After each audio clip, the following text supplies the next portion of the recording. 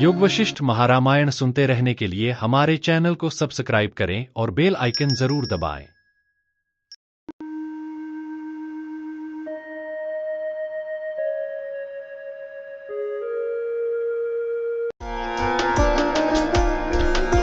योग वासिष्ठ महारामायण निर्वाण प्रकरण सर्ग 31। जिससे मन, प्राण और इंद्रियों के द्वारा बाहर और भीतर प्रकाश होता है, उस शुद्ध चिति का जीव रूपता आदि के निषेध से प्रदर्शन। ईश्वर ने कहा,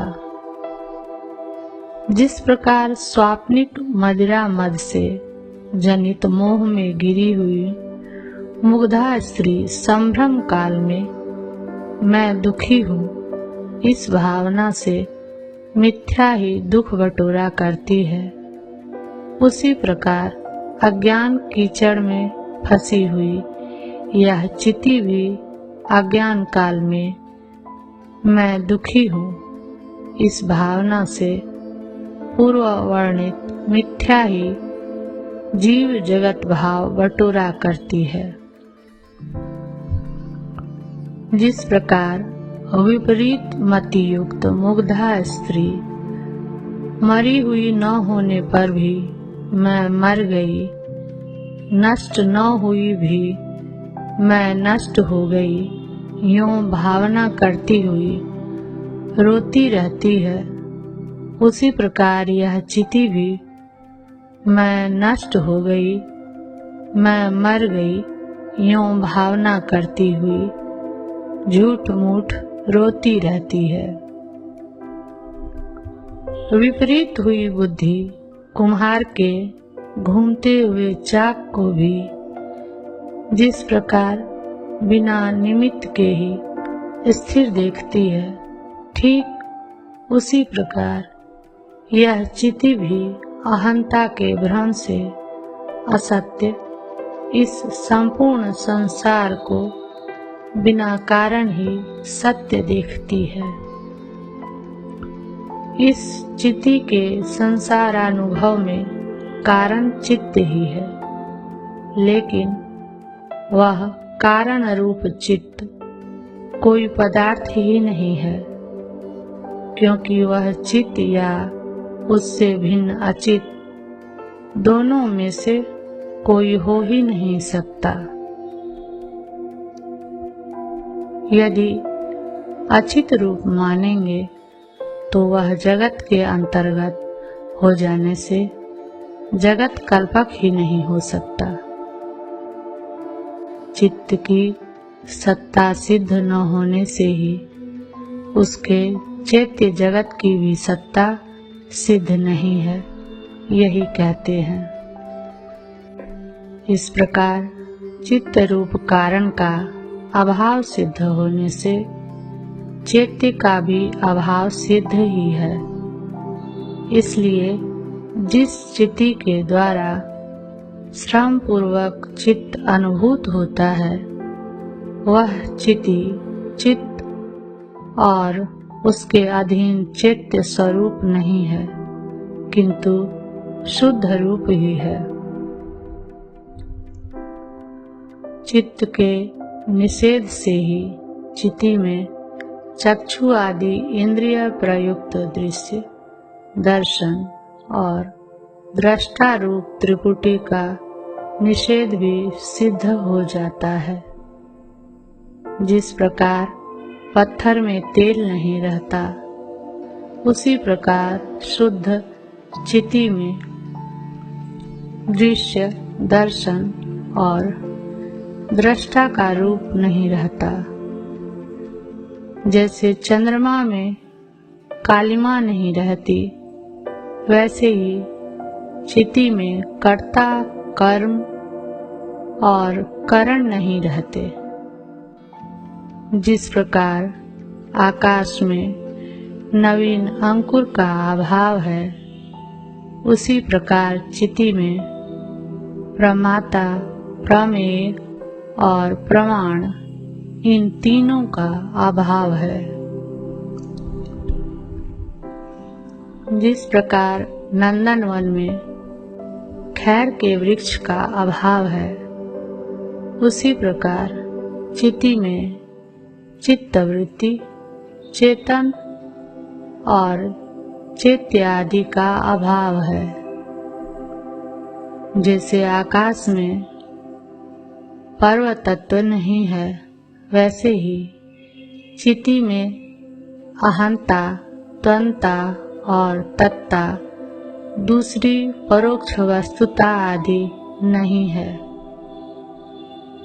जैसे काजल में शंखत्व नहीं रहता, वैसे ही चिति में स्वदेहत्व और अन्य देहत्व नहीं रहते। जैसे परमाणु के अंदर सुमेरु नहीं रहते, वैसे ही इसमें अनेक प्रकार के जीव तथा प्रत्येक शरीर में आत्मा के अभेदाध्यास भी नहीं रहते।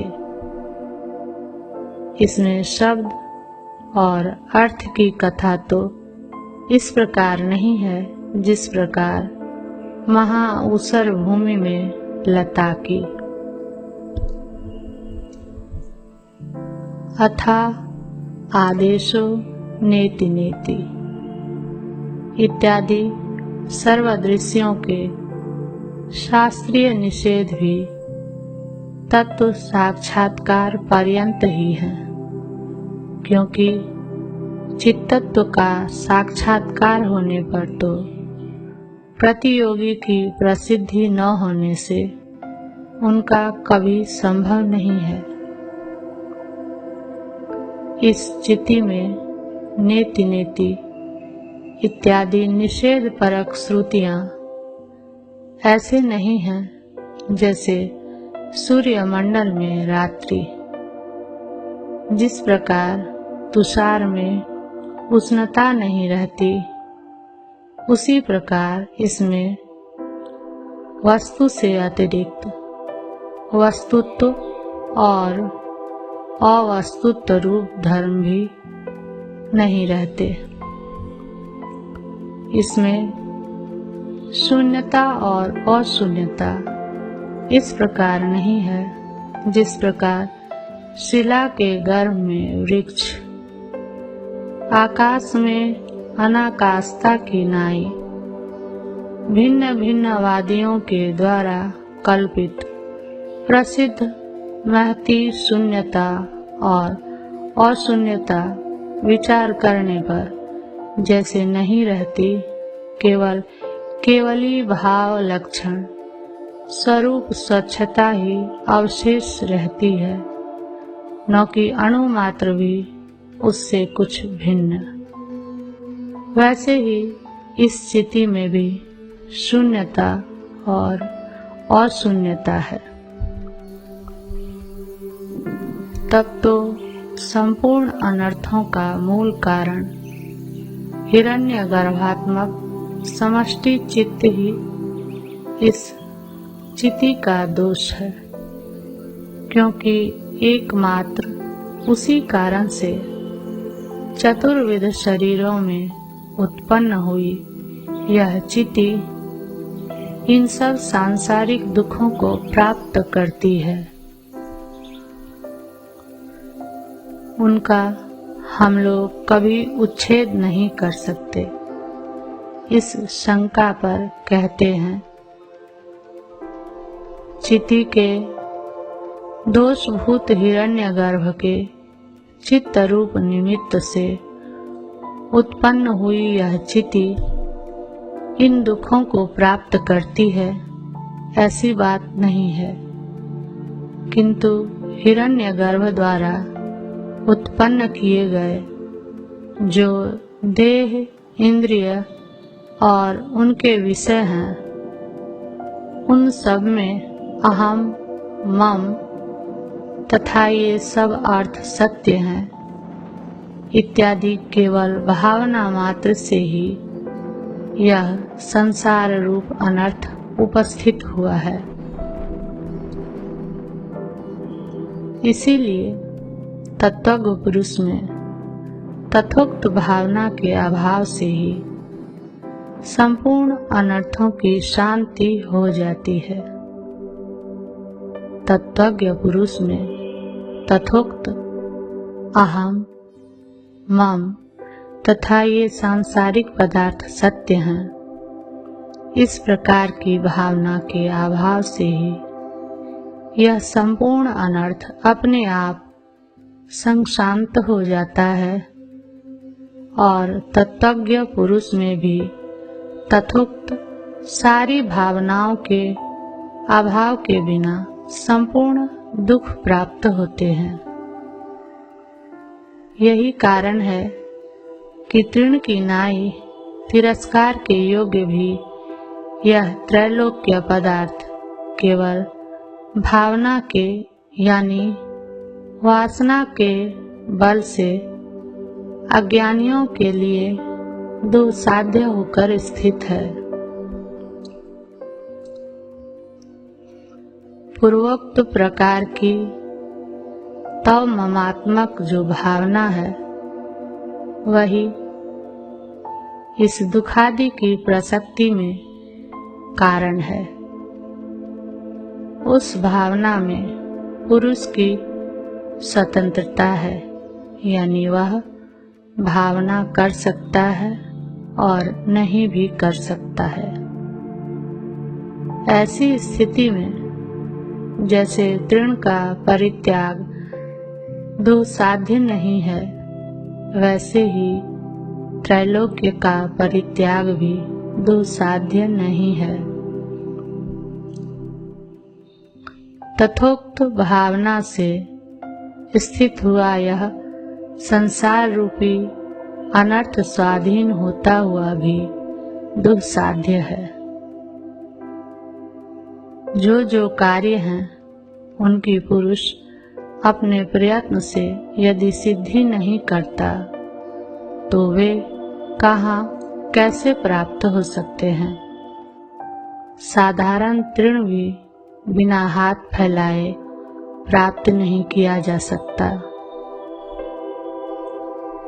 केवल भावना मात्र का त्याग कर देने पर परम पुरुषार्थ स्वरूप परमार्थ चिति सर्वत्र अनायास ही सुलभ है।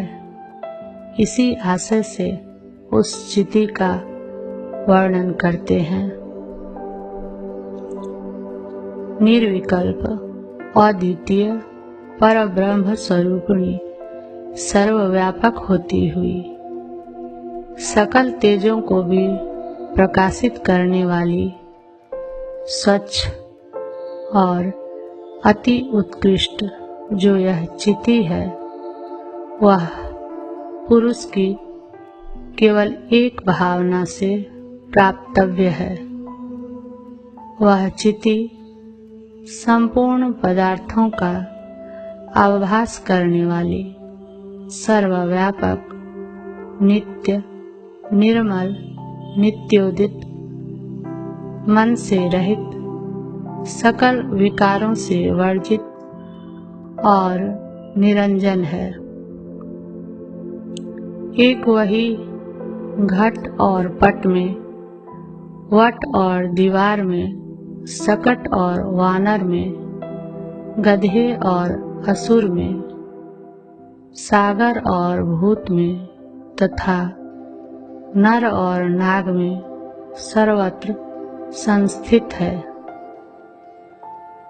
जिस प्रकार दीपक पदार्थों के प्रकाशन के लिए कोई दूसरी क्रिया नहीं करता, केवल अपनी स्वरूप स्थिति से ही प्रकाशन में समर्थ हो जाता है, उसी प्रकार यह चिति भी साक्षी की नाई केवल चुपचाप अपने स्वरूप में बैठी रहती है।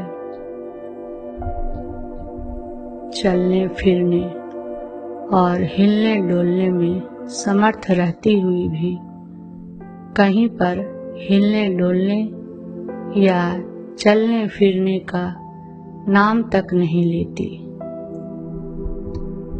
ऐसी सामर्थ्य रखती हुई भी वह चिति केवल देहादि भाव से वास्तव में मलिन न होती हुई भी मलिन हो गई है, यानी नानाविध राग द्वेषादि दोषों से संयुक्त हो गई है। इसमें यद्यपि किसी प्रकार का विकल्प है नहीं, फिर भी विविध विकल्पों से युक्त हो गई है। अजड़ होती हुई भी जड़ सी भासती है एवं सर्वगामिनी होती हुई भी असर्वगामिनी। अब सर्वगामिनी और अत्यंत सूक्ष्म चित्ती का एक एक शरीर के अंदर नख से लेकर सिर तक जो विशेष व्याप्ति लक्षण संचय है, उसमें युक्ति बतलाते हैं। विशेष प्रकार का अभिमान आदि कोई विकल्प न छूने वाली सर्वगामिनी एवं अत्यंत सूक्ष्म स्वरूप पराचिति प्राण प्रधान लिंग शरीर में प्रतिबिंब भाव से अनुगत होती हुई हाथ पैर आदि जो अंग है एवं जो हृदय आदि स्थान तथा 72,000 नाड़ियों के भेद हैं, उन सब को व्याप्त कर यानी उनमें प्रवेश कर सर्वत्र पहुंची हुई अपनी संवित का अपने उतने ही शरीर में मानो जबरदस्ती खींचकर उस प्रकार उपचय करती है जिस प्रकार लंबा और सूक्ष्म रेशम आदि तंतु टेकुआ आदि के ऊपर वेष्टन करने पर अत्यंत लंबा होने पर भी अपने को उतने ही स्थान में उपसंहरित कर बेर आदि के आकार के सदृश उपचय प्राप्त करता है। भद्र, इसी उपचय के कारण जागृत पुरुष की चिति बाह्य रूप आदि विषयों के अवलोकन एवं अंदर मानसिक व्यापारों से वेष्टित होती हुई बोध पक्षपातिनी हो जाती है और निद्रा ले रहे पुरुष की चिति तो स्वप्न में वासनामय रूप आदि के अवलोकन एवं मनोव्यापारों से वेष्टित होती हुई दो पक्षों का यानी भीतर बोध और बाहर अबोध, इन दो पक्षों का अवलंबन करती है। इसी प्रकार सुषुप्ति में अज्ञान मात्र की साक्षिणी एवं मैंने कुछ भी नहीं जाना इस प्रकार उठे हुए पुरुष के स्मरण से सद सदात्मक होती हुई भी चिति औसत प्राय होकर अबोध पक्ष का ही अवलंबन करती है। जिस प्रकार साधु हुआ पुरुष भी दुर्जन संगति से चिरकाल तक चित्त के संस्कृत होने पर दुर्जन की इच्छाएं लेकर असाधु हो जाता है, उसी प्रकार अत्यंत स्वच्छ पराचिति ही देहादि में तादात्म्याभिमान करने से तदनुकूल प्राप्ति की और प्रतिकूल परिहार आदि की चिंता करती है और स्वयं जड़ देहादि रूप हो जाती है। इसीलिए चित्त के पुनः ब्रह्म रूपता से भावित होने पर वह ब्रह्म रूप ही हो जाता है। इस आशय से दृष्टांत कहते हैं, जिस प्रकार मालिन्य से स्वर्ण ताम्र रूप हो जाता है और मल का शोधन करने से फिर सुवर्ण रूप हो जाता है, उसी प्रकार अज्ञान रूप मल का शोधन करने से परम चिति अपने विशुद्ध स्वरूप में हो जाती है। जिस प्रकार सुंदर दर्पण अपने ऊपर आरोपित मल की शांति से प्रतिमा स्थिति प्राप्त करता है, उसी प्रकार अज्ञान से जड़ता, जीवता आदि सृष्टि मानो प्राप्त कर स्थित हुई चिति भी तत्वज्ञान से अपना स्वच्छता रूप कैवल्य पद प्राप्त करती है। असत रूप अज्ञान के लाभ से चिति का संसार बढ़ता जाता है और सच्चिदानंद स्वरूप चिति स्वभाव के ज्ञान से यह संसार असत रूप ही होकर शांत हो जाता है। चयन स्वभाव होने के कारण जब चिति अपने भीतर असत रूप भिन्नता का संचय करती है, तब मानो अहंता प्राप्त कर स्वयं अविनश्वर स्वभाव होती हुई भी यह एक तरह से नष्ट हो जाती है।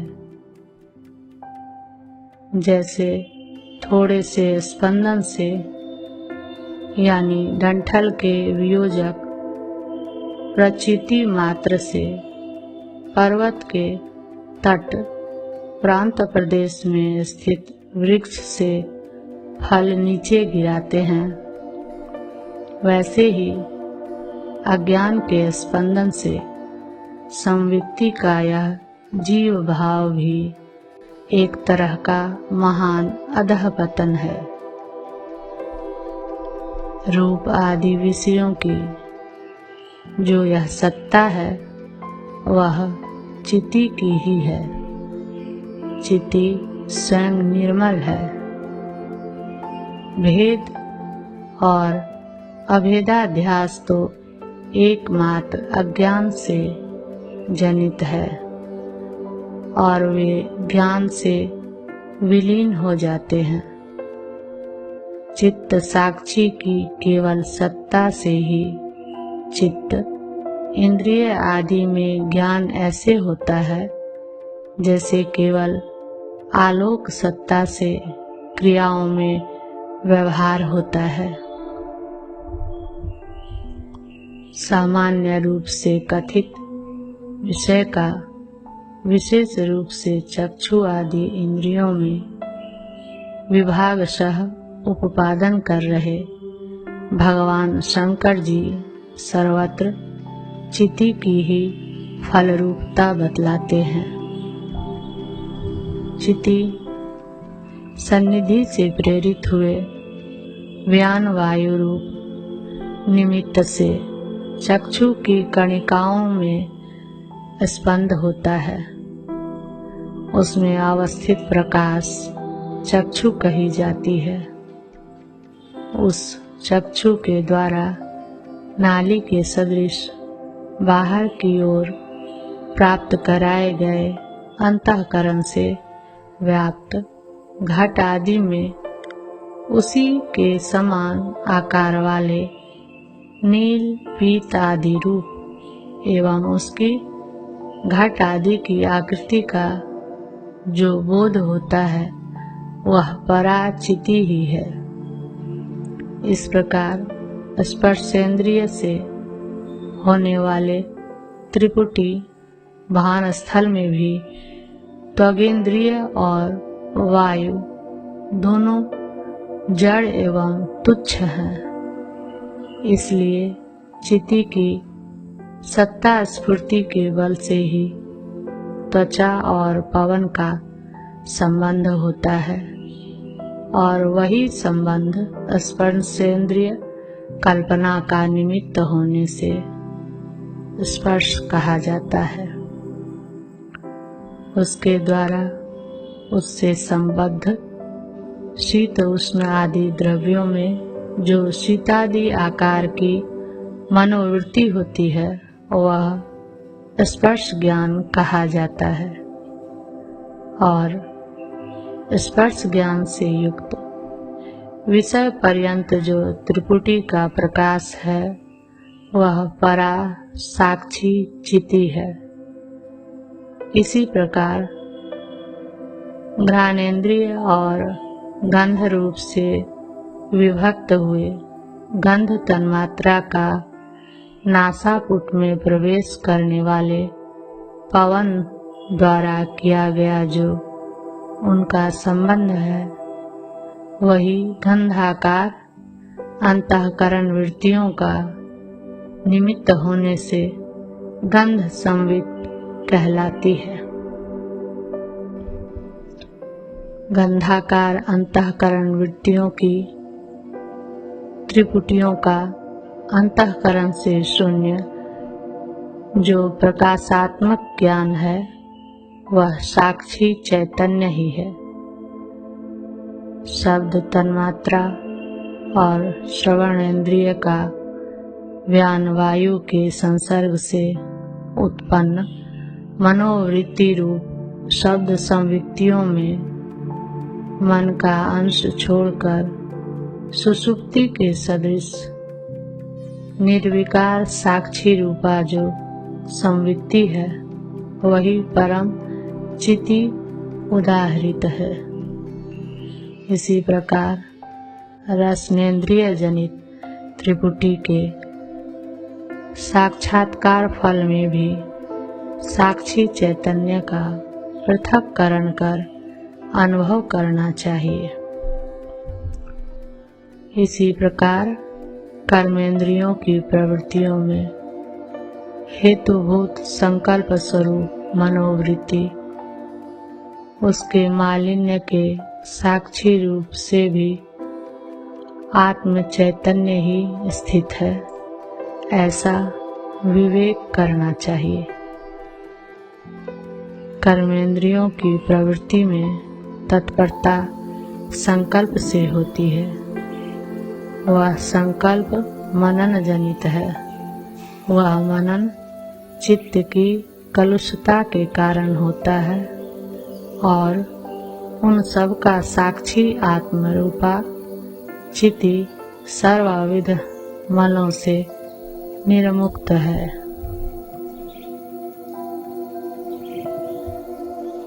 ऐसी स्थिति में जबकि आंतर और बाह्य समस्त द्वैत प्रकाश साक्षी चैतन्य मात्र स्वरूप ही है, तब संपूर्ण द्वैत प्रपंच उसी साक्षी चैतन्य में अध्यस्त है। यह अनायास फलित हुआ, यह कहते हैं। जिस प्रकार स्फटिक शिला अपने भीतर अरण्य, पर्वत, नदी आदि का प्रतिबिंब धारण करती है, उसी प्रकार अपने स्वरूप में ही स्थित प्रकाश स्वरूप नित्य चिति भी अपने भीतर यह जगत धारण करती है। किसी तरह के विकार आदि के बिना इस जगत को धारण कर रही अद्वितीय यह चिति न अस्त होती है, न उदित होती है, न स्पंदित होती है और न बढ़ती ही है। संकल्प शून्य स्वरूप यह चिति अपने आप संकल्प से जीव रूपता प्राप्त कर जड़ जगत का स्वरूप चैतन्य ही है, यूं भावना करती हुई अपने स्वरूप में ही स्थित हो जाती है। अब चैतन्य के बाहर निर्गमन में रथ परंपरा की कल्पना करते हुए कहते हैं, इस चिति का रथ जीव है, जीव का रथ अहंकार है, अहंकार का रथ बुद्धि है और बुद्धि का रथ मन है, मन का रथ प्राण है, प्राण का रथ इंद्रिय समूह है, इंद्रिय समूह का रथ देह है और देह का रथ कर्मेंद्रिय समुदाय है। सभी रथों का कर्म संसार में परिभ्रमण ही है। जरा एवं मरण धर्म वाले देह रूपी पिंजड़े से युक्त जीव रूपी पक्षी का यह धोला चक्र इसी प्रकार घूमता रहता है, मायिकत्व का ही उपादन करते हैं। इस प्रकार का औषधात्मक यह जगत रूप चक्र विशाल स्वप्न की नाई आत्मा में ही प्रतिभासित होता है। मृग तृष्णिका जल के सदृश आभास रूप से स्थित यह तनिक भी सत्य नहीं हो सकता।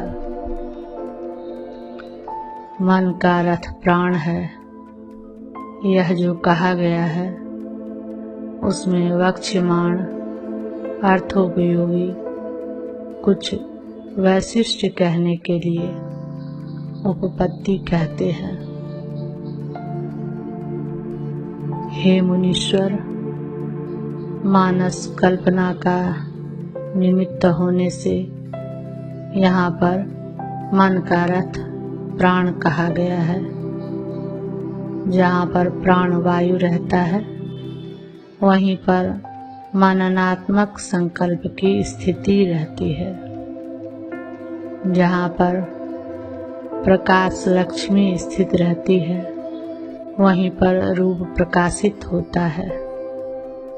सूत्र रूप होने के कारण सबका धारण और संचालन करने में समर्थ बलवान प्राणवायु जहाँ स्थिर रहता है वहीं स्पंदित होता है। ठीक ही है, जिस वन की ओर आंधी जाती है वही वन कंपित होता है।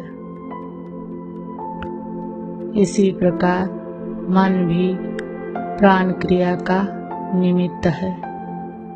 यूं व्यतिरेक सहचर के प्रदर्शन द्वारा कहते हैं, मन के हृदय आकाश में विलीन हो जाने पर प्राणवायु उस प्रकार कंपित नहीं होता जिस प्रकार तेज का अभाव हो जाने पर रूप प्रकाशित नहीं होता। इसी प्रकार प्राण के निरोध से भी मन का निरोध होता है।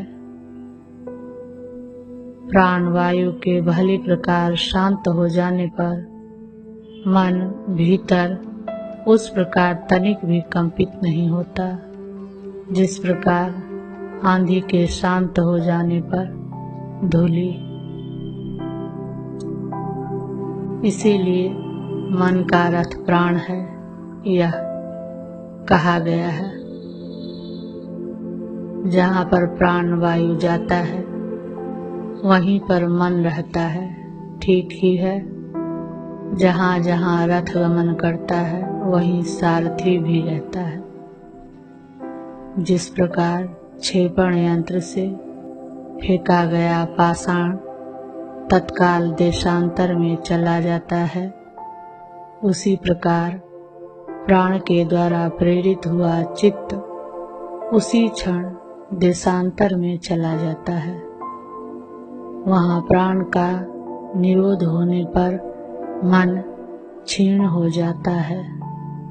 जहाँ पुष्प रहता है वहाँ गंध रहती है, जहाँ आग रहती है वहाँ उष्णता रहती है, जहाँ समष्टि व्यष्टि प्राण रहता है वहाँ मन जाता है, एवं जहाँ पर चंद्र और चंद्रांश मन रहता है वहीं चांदनी और मनोवृत्तियां रहती हैं। इसीलिए चाक्षुष आदि संवित्तियों में प्रत्येक संवित्ति के प्रतिवायु भी निमित्त है। यह मैंने पहले ही बतला दिया था। संवित्ति वायु के स्पंदन से होती है। उस वायु का समस्त अंगों में अन्न रस के प्रवेश के लिए सब नाड़ियों के साथ स्पर्श होता है और चित्त एवं मन से युक्त लिंग शरीर रूप प्राण कोटर में चिति का बिंब प्रतिबिंब भाव से द्विगुणीकरण द्वारा जो विस्पष्ट रूप होता है वह भी उसी वायु से होता है। आकाश की नाई अत्यंत स्वच्छ संवित सभी जड़ और अजड़ स्थलों में रहती है, परंतु लिंग शरीर में प्राणों के स्पंदन से स्पष्ट अभिव्यक्ति द्वारा वह एक तरह से संचालन कर रही सी अनुभूत होती है। सामान्य सत्ता मात्र स्वरूप से सब जड़ पदार्थों में भली प्रकार स्थित हुई भी वह चिति एकमात्र जड़ देह में ही प्राणवायु द्वारा उद्बोधित होकर आध्यासिक चित्त तादात्म्य की सामर्थ्य से सृष्टि आदि को ज्ञान रूप से जानती है। जो देह जीवन दशा में अनेक विस्तृत चमकीले उल्लासों से व्यवहार करती है, वही प्राणवायु के चले जाने पर मन के न रहने से तत्क्षण ही कंपन शून्य हो जाती है। हे मुने, यह परम चैतन्य अपने पूर्याष्टक में प्रतिबिंबित होता है। ठीक ही है, स्वच्छ दर्पण में ही प्रतिमा दिखलाई पड़ती है, न कि मलिन पत्थर आदि में। यदि शंका हो कि मन में प्राण के कारण चित्त का प्रतिबिंबित होता है, यह पहले कहा गया और अब पूर्याष्टक में चैतन्य का प्रतिबिंब होता है, यह कहते हैं। ऐसी स्थिति में पूर्वापर विरोध क्यों नहीं होता? तो इस पर कहते हैं, महर्षि, समस्त कार्यों का एकमात्र कारण मन ही पूर्याष्टक है, यह जान लीजिए। उसी को अन्य आचार्यों ने अपने अभिप्राय से कल्पित शिष्य बोधोपयोगी उपायों से पूर्याष्टक कहा है। अब जीव उसकी उपाधि तथा उसके भोग्य रूप विश्व की उत्पत्ति, स्थिति और लय चिदेक रस सन्मात्र ब्रह्म के ही अधीन है। इसलिए परमार्थ रूप से वे ब्रह्म स्वरूप ही हैं। यूं अनुभव कराते हुए शंकर जी उपर्युक्त विषय का उपसंहार करते हैं।